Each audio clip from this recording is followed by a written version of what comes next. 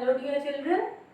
So today we will be starting with one more topic, that is graphical representation of motion. So let's start quickly. Graphical representation of motion means what? You all know what graphs are. ठीक है? Graphs में you take two axes, vertical axis and horizontal axis, and we will represent the motion on this graph. That will be called as graphical representation of motion. Okay, in this first we will consider the distance time graphs. Distance time graphs matlab it means what? On y axis we will take the distance and on x axis we will take the time. Why we generally take time on x axis? Because time is independent variable. However, distance travel depends upon time. ठीक है, जैसे जैसे time बढ़ता जाएगा body will travel more and more distance. जो भी independent variable होता है that is taken on the X axis and the dependent variable is taken on Y axis. Okay, so now when the body is at rest, it means what? Rest पर है, it is not moving. उसकी speed क्या होगी? Zero होगी. Okay, अगर the body is not moving, अगर अभी मैं यहाँ खड़ी हूँ and I say I am at rest, so will I cover any distance if I am at rest? I will not cover any distance. तो कैसा होगा? जब मैं उसको t equal to time equal to t1 पे देखूंगी तो भी सपोज वो यहाँ खड़ा था इस पोजीशन पे तो वो यही होगा. t2 पे देखूंगी तो भी वो यही होगा because the position is not changing. t1 पे जहां था t2 पे भी वही होगा. So distance travelled will be zero. Is that clear? So in that case it will be a line parallel to time axis. It will be a line parallel to time axis. Okay, is that clear? When the body is at rest, the distance covered is zero and hence उसकी position change नहीं हो रही है. So it will be a line. किसी भी time पे अगर हम देखें तो जब हमें t1 पे जहाँ दिख रहा था वहीं t2 पे दिखेगा, वहीं t3 पे दिखेगा. So the position is not changing and hence the graph will be a line parallel to time axis. इन सारे points को अगर हम join करेंगे तो कैसा graph आएगा? A graph, a line parallel to time axis. So this is when the body is at rest. Now next, when the body is moving, is in uniform motion. When the body is in uniform motion. Uniform motion में क्या होता है? Velocity constant होती है. Next graph is when the body is in uniform motion. अगर body uniform motion में है then how will we draw the distance time graph? कैसा होता है? यूनिफॉर्म मोशन क्या होता है? Equal distances and equal time intervals. This is the definition of uniform motion. Time के साथ साथ डिस्टेंस जो वो ट्रैवल करेगा it will be equal. t equal to zero पे सपोज डिस्टेंस ट्रैवल जीरो था. If I see the body, this I am taking time in seconds and distance in meters. Okay, so after 1 second, if I observe the body, I notice that it has traveled a distance of 10 meters.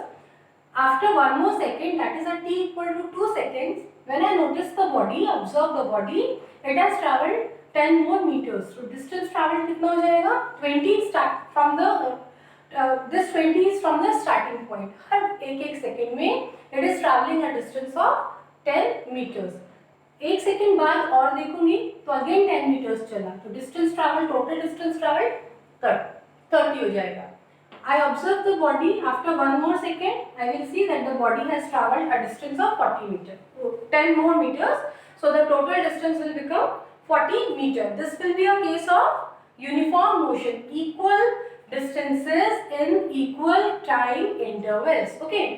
So now if I plot this table on distance time graph, तो अगर मैं यहाँ पे mark करती हूँ 10, 20, 30, I am taking distance in metres. Okay, and time in seconds on this axis. Okay, 30, 40. Now we will see how the graph will look like. 1, 2, 3 and 4. Okay, so at t equal to 0 it is at 0. At t equal to 1 10 पे आ गया, 2 पे कहाँ आ गया 20, 3 पे distance travel 30 पे, और 4 पे 40 हो गई. Okay, so if I join these points, how will be the graph? It will be a straight line. You can draw it using a ruler and a pencil, and you will see it will come out to be a straight line. Okay, so that means the distance time graph for uniform motion will be a straight line. It will pass through origin, will be a straight line passing through origin. Is that clear? So one more thing I want to tell you here is that uniform motion में क्या होता है, magnitude of velocity is constant. Is that clear? And it is equal to speed. Why? Because straight line motion है, तो magnitude of velocity and speed both will be equal to each other. Many a times I have told you this concept. Now that means, so if in case अगर मैं बोलते बोलते अगर if I use this word magnitude of velocity की जगह अगर if I am using speed, then that is also fine. Okay, so what I wanted to tell you. Okay, so the graph will be a straight line. Now one thing please students, I will not go into much detail, but I have to explain a concept over here. If this is a line, this is y axis and this is x axis, then there is a term called slope. It comes in your mathematics, and physics also has some mathematics in it. So if we have to understand this concept, I will just give you the formula right now, because the detail you won't be able to understand like this. So just remember one thing, slope of any line कैसे निकालते हैं. Slope of a line, कोई भी line होता है तो उसका एक स्लोप होता है, that it is basically tangent of the angle which the line makes with the X axis. But right now you won't be able to understand this concept because right now you do not know what is tangent. So I will explain you in simple terms what is slope of a line. Take any point on the line, drop a perpendicular. Suppose I mark it as A. Okay, drop a perpendicular from that point on x-axis. Let the foot of the perpendicular be B. Let this be O. Okay, so slope will be given by AB upon OB, perpendicular upon base. Right triangles आप सबको पता होंगे. We have drawn a right triangle. If this is angle theta, इसको कोई भी angle x y z, आप x से ज्यादा समझेंगे. जैसे आप x y z लेते हैं छोटी क्लासेस में, आप एंगल को x y z मानते थे, ऐसे ही बड़ी क्लासेस में थीटा, अल्फा, बीटा ये मान लेते हैं. थीटा को ऐसे रिप्रेजेंट करते हैं theta. Okay, this is just a representation. Okay, तो अगर अभी आपको नहीं समझ आता तो मैं इसको x मान लेती हूँ. Okay, this is angle x. Okay, so slope of the line is given by perpendicular upon base. तो लाइन का कोई भी पॉइंट लीजिए, उस पॉइंट से परपेंडिकुलर ड्रॉप करिए एक्स एक्सिस पे, तो लेंथ ऑफ दैट परपेंड, और जो राइट ट्रायंगल आपका बनेगा उसमें जो परपेंडिकुलर आएगा दैट अपॉन ओबी. तो अभी परपेंडिकुलर क्या है देखो यहाँ से. I hope you all know this much of mathematics. What is the length of the perpendicular? Perpendicular की length क्या है? Y coordinate of this point A. इसको x की जगह हम कुछ और मान लेते हैं.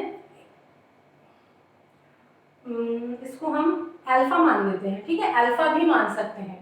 ठीक है, now alpha. Okay, so slope क्या होगा, A B upon O B होता है. किसी भी लाइन का स्लोप क्या होता है, लाइन पे आप कोई भी पॉइंट लीजिए, उस पॉइंट से परपेंडिकुलर ड्रॉप कीजिए, तो जो राइट ट्रायंगल बनता है उसका परपेंडिकुलर अपॉन बेस. अगर मैं यहाँ से लेती हूँ, अगर मैंने ए की जगह यहाँ पे कोई दूसरा पॉइंट लिया होता है ए डैश, और उसका परपेंडिकुलर बनता बी डैश, तो स्लोप क्या हो जाती A B dash upon O B dash. और ये दोनों ही वैल्यूज इक्वल आएंगी. क्यों आएंगी, अगर ये बड़ा है मतलब ए बी से बड़ा ये है, तो ओ बी से बड़ा ओ बी डैश है, तो रेशियो इक्वल आएगा. ओके, अब यहाँ पे देखो इसका कोऑर्डिनेट ये जो है ए बी क्या है, इसका वाई कोऑर्डिनेट की वैल्यू.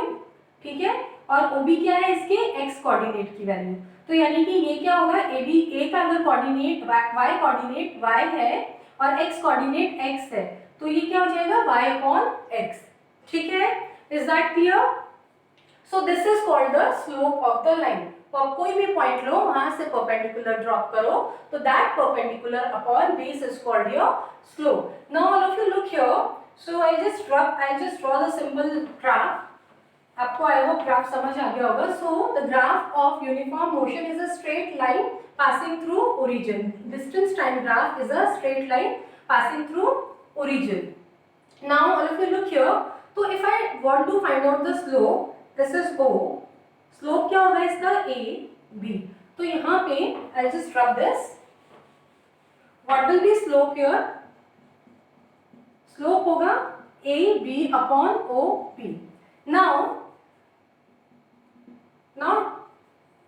ये S है, तो अगर मैं इस पॉइंट को S डैश मार्क करती हूँ, ये T डैश मार्क करती हूँ, इसकी value T dash, point B की वैल्यू कितनी है? T डैश, मतलब B पॉइंट पे टाइम कितना हो रहा है? T dash. ये दिख रहा है आपको? टाइम कितना हो रहा है? T dash. ये कौन सा पॉइंट है? Foot of the perpendicular T dash. Okay, तो यानी कि AB अपॉन OB को कहना है right it S dash upon T dash, मतलब S dash distance travelled upon यहाँ पे y एक्सिस कौन किससे हम रिप्रेजेंट कर रहे हैं? S से, x एक्सिस T से। तो अगर ये पॉइंट S डैश है, यानी कि ये लेंथ S है, S डैश है, तो ये भी S डैश होगी, होगी नहीं होगी? और ये पॉइंट अगर T डैश है, that means this length is T dash, so OB कितनी होगी? T डैश होगी। So slope will come out to be S dash upon T dash, that is distance upon time. And distance upon time क्या होती है? Speed. होती है नहीं होती है? Speed. So that means you have to remember this slope of, that means slope of distance time graph. ये केवल distance time graphs के लिए valid है. Slope of distance time graph gives you speed. Slope of distance time graphs gives you speed. I hope this part is clear. It is a very important part for you. Understanding this point is very necessary. It will help you in numericals. So slope of distance time graph gives you speed. Distance upon time करते हैं तो क्या होता है formula? Speed का formula होता है। तो अल्टीमेटली हमारे पास स्लोप किसके इक्वल आ गई? स्पीड के इक्वल आ गई। ठीक है, अभी थोड़ी देर पहले मैंने आपको ये बोला था कि अगर कोई बॉडी रेस्ट पे होती है तो उसका डिस्टेंस टाइम ग्राफ कैसा होता है? It is a line parallel to time axis. अभी मैंने समझाया था, ठीक है? तो यानी कि बॉडी रेस्ट पर है, अब यानी कि इसकी स्पीड कितनी है रेस्ट वाली बॉडी की? 0 है, दैट मींस इसका स्लोप भी 0 ही होगा। ठीक है, इसमें भी इस लाइन का जो स्लोप है, इस लाइन का स्लोप जो होगा वो स्पीड के बराबर होगा। अब इसका स्लोप क्यों 0 होगा? I will just explain you in one sentence. Right now you have to remember this only. Whenever a line is parallel to x-axis, its slope is 0. यहाँ पे x-axis कौन सी है हमारी? Time axis. Whenever a line is parallel to x-axis, its slope is 0. तो इस line का slope कितना है? 0 है, and hence speed 0 है। ठीक है, वैसे भी हमें पता है ये कौन सा ग्राफ है? When the body is at rest. Rest में होता है तो स्पीड क्या होती है? 0 होती है। ठीक है, now you have to remember this point. It is a very important point. Now next concept is when the body is in when the body is in non-uniform motion. तो distance time graph अगर body non-uniform motion में है तो कैसा होगा? When the body is in non-uniform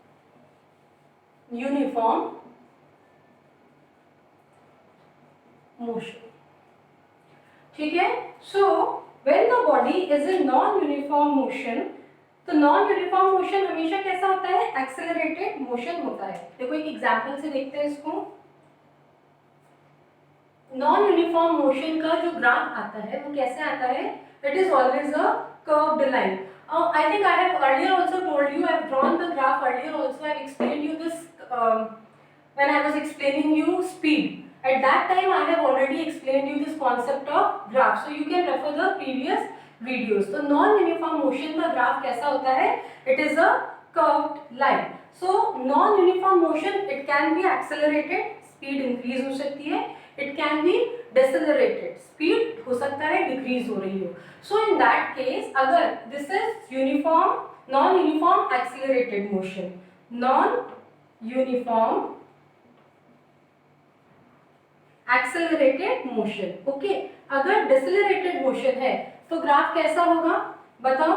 अगर डिसेलरेटेड motion है तो ग्राफ होगा ऐसे, ठीक है। डिसेलरेटेड मोशन है मींस क्या हो रहा है, धीरे धीरे द स्पीड इज डिक्रीजिंग, और स्पीड डिक्रीज होती जा रही है तो मतलब जो चेंज आ रहा था धीरे धीरे, मतलब it is travelling lesser and lesser distance as the speed is reducing. तो धीरे धीरे टाइम के साथ साथ स्पीड में जो डिस्टेंस में जो चेंज आ रहा है वो कम आ रहा है। सपोज डिसेलरेट होते होते बॉडी स्टॉप हो गई तो स्टॉप होने पे क्या हो जाएगा, वो रेस्ट पर आ जाएगी और ये यहाँ से पैरेलल होना शुरू हो जाएगा टू द टाइम एक्सिस। मतलब यहाँ से यहाँ तक क्या हुआ, स्पीड धीरे धीरे होते होते बॉडी रेस्ट पर आ गई तो आगे जाके पैरेलल हो जाएगा। लेकिन हम रेस्ट वाला केस अभी छोड़ देते हैं, हम केवल इतना ध्यान देते हैं डिसेलरेटेड मोशन होता है तो ग्राफ ऐसा होता है। तो this is the graph for non, you can take any example the way I have drawn a table just now for uniform motion. आप ही खुद करके देखिएगा यूनिफॉर्म नॉन यूनिफॉर्म मोशन, एक बार उसकी स्पीड ऐसी टेबल बनाइएगा। For example you will do this on your own, this is your homework, you will learn better time and distance. Zero में सपोज जीरो पे था, नेक्स्ट 1 सेकेंड में उसने 10 metre चला, नेक्स्ट सेकेंड में उसने 20 मीटर चला, 30 कर दो इसको 30, तो यानी कि यहाँ से यहाँ तक चेंज आया 10। अब की बार ज्यादा डिस्टेंस ट्रैवल करिए तो डिस्टेंस ज्यादा ट्रैवल करिए मतलब स्पीड बढ़ाई होगी, स्पीड बढ़ाई होगी मतलब एक्सेलरेट कर रहा होगा। So you just take any table of your choice and try to draw the graph for that particular table. You will see that it will go like this, and for this you will take a decelerated, means क्या कर रहा होगा, कम कम कम। यहाँ पे तो क्या हम distance travel बढ़ाते जा रहे हैं। डिसेलरेटेड मोशन में आप क्या लेंगे, पहले कुछ डिस्टेंस उसकी जो स्पीड जो है वो जो डिस्टेंस ट्रैवल्ड है वो धीरे धीरे हम कम लेंगे। पहले इंटरवल में 10 चली, फिर अगले इंटरवल में 8 चली, फिर 6 मीटर्स चली, फिर 2 मीटर्स 4 मीटर्स चली, ऐसे करके हाँ ठीक है। तो आप इसको लेके कोई भी आप उसके डिस्टेंस ट्रैवल रिड्यूस करते हुए आप एक ग्राफ बना के देखिएगा, ठीक है। तो you will see it will go like this, do it on your own, okay, try to do it on your own, okay। Now one thing more I want to tell you here, see अब non uniform motion है उसमें तो अभी अपन ने जो previous वाला we did for uniform motion, in that case what is uniform motion, speed is constant. तो वहां पे एक ही स्लोप था, स्लोप स्पीड के बराबर आ गया था, ठीक है, क्योंकि वहां पे स्पीड लाइन ऐसा आया था यूनिफॉर्म मोशन में, ग्राफ ऐसा आया था, स्पीड डिस्टेंस टाइम ग्राफ ऐसा आया था। तो यहाँ पे ये लाइन हर जगह इसके साथ एक ही एंगल बना रही थी, ठीक है। ये लाइन इसके साथ हर जगह एक ही एक्स एक्सिस के साथ या टाइम एक्सिस के साथ एक ही एंगल बना रही थी, लाइन का इंक्लिनेशन चेंज नहीं हो रहा था, ठीक है। बट यहाँ पे देखिए whenever you have a curved graph, how do you find out its slope?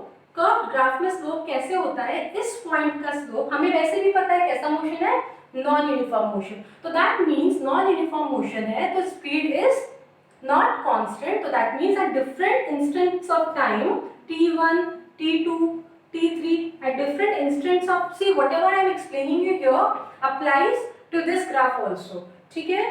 So at different instants of time it is traveling at different speeds, तो different speed से travel कर रहा है, slope speed होती है distance time graph में, this is always valid। Distance time graph हो चाहे वो यूनिफॉर्म मोशन का हो और it is of non uniform motion, the slope is always equal to speed for distance time graphs. So that means what, uniform motion the speed was constant, so slope was also constant. But here as we will see since it is a non uniform motion, so at different instants of time it will have different speed. So I consider these now t1 t2 t3, these are different time instants। तो यानी कि यहाँ पे speed different है तो यानी कि slope भी डिफरेंट ही होगा। और जब भी कोई कर्व्ड पाथ होता है, अगर ग्राफ अगर आपका कर्व होता है तो उसके हर पॉइंट की स्लोप अलग होती है। वो कैसे निकालते हैं, I hope you all know what a tangent is. ये कोई भी सर्कल है, ठीक है, टैंजेंट क्या होता है, इस सर्कल के किसी एक पॉइंट, ये you will study this part in mathematics, a chapter name circle will come in your syllabus. then it will become more clear to you, but just अभी समझने के लिए I'll just explain you. Circle के किसी भी point को touch करके, उसको क्रॉस नहीं करेगा, बस टच करके किसी भी पॉइंट से जो एक्सटर्नली लाइन निकल जाती है ऐसे नहीं जाएगा, this is not a tangent, ठीक है. So that is called a tangent. अब सर्कल हो चाहे कोई भी कर्व्ड पाथ हो, उसकी किसी भी एक सिंगल पॉइंट को टच करके निकलने वाली लाइन को हम कहते हैं टैंजेंट. क्या कहते हैं हम? टैंजेंट कहते हैं. Okay, so now and for any curve the tangent at that point gives the slope. Suppose I want to find out the slope at this point, then I will draw a tangent. I want to find the slope at this point, I will draw a tangent. I want to find the slope at this point, I will draw a tangent. See, this you may find this thing a bit confusing, but please do watch the videos again and again, you will understand. ठीक है, तो यानी कि different instants पे tangent जो है वो अलग अलग, कोई ऐसे टेढ़ा है, कोई ऐसे है, कोई ऐसे है, ठीक है. सो डिफरेंट इंस्टेंट्स में हम देखेंगे जो टैंजेंट है, इस देखो इसका इंक्लिनेशन इसके साथ कुछ और है, इस वाले का कुछ और है, इस वाले का कुछ और है. टाइम एक्सिस के साथ डिफरेंट पॉइंट्स पे जब मैं टैंजेंट्स बना रही हूँ, उनका टाइम एक्सिस के साथ अलग अलग इंक्लिनेशन है, कोई ज्यादा झुका हुआ है, कोई कम, कोई और कम, ठीक है. So that means what? Point number 1 which you have to understand, whenever you have a curve, the graph is a curve, this tangent at any point gives the slope at that point. Is that clear? The tangent at any point gives the slope at that point. ठीक है? That means slope at different points are different. That means speed, और slope क्या होता है? Speed. That means speed at different points are different. That means ये वाला tangent जो है ये t1 टाइम पे स्पीड देगा, t1 इंस्टेंट पे. ये वाला tangent जो है t2 इंस्टेंट पे स्पीड देगा. ये वाला tangent जो है, tangent ये लाइन को मैं tangent कह रही हूँ, जो लाइन मैंने एक्सटर्नली बनाई, ये वाला tangent जो है t3 इंस्टेंट पे स्पीड देगा. That means जो स्लोप है वो कैसी स्पीड देता है? इंस्टैंटेनियस स्पीड, उस मोमेंट की स्पीड देता है. अगर यहाँ पे ये स्लोप, यहाँ पे ये स्पीड जो है जरूरी नहीं वो यहाँ पे भी होगी. So that means whenever the slope in case of non uniform motion the slope gives you instantaneous speed. So you won't get the questions based on this particular non-uniform motion, but you will get the questions based on the slope of uniform motion, because वो ये आप नहीं कर पाएंगे अभी, this is not at your level. So you may get the questions based on the slope of uniform motion, ठीक है. But you need to understand this, that slope at different points are different, and hence the speed at different points are different. The slope at any point gives the instantaneous speed at that particular instant of time. Is that clear?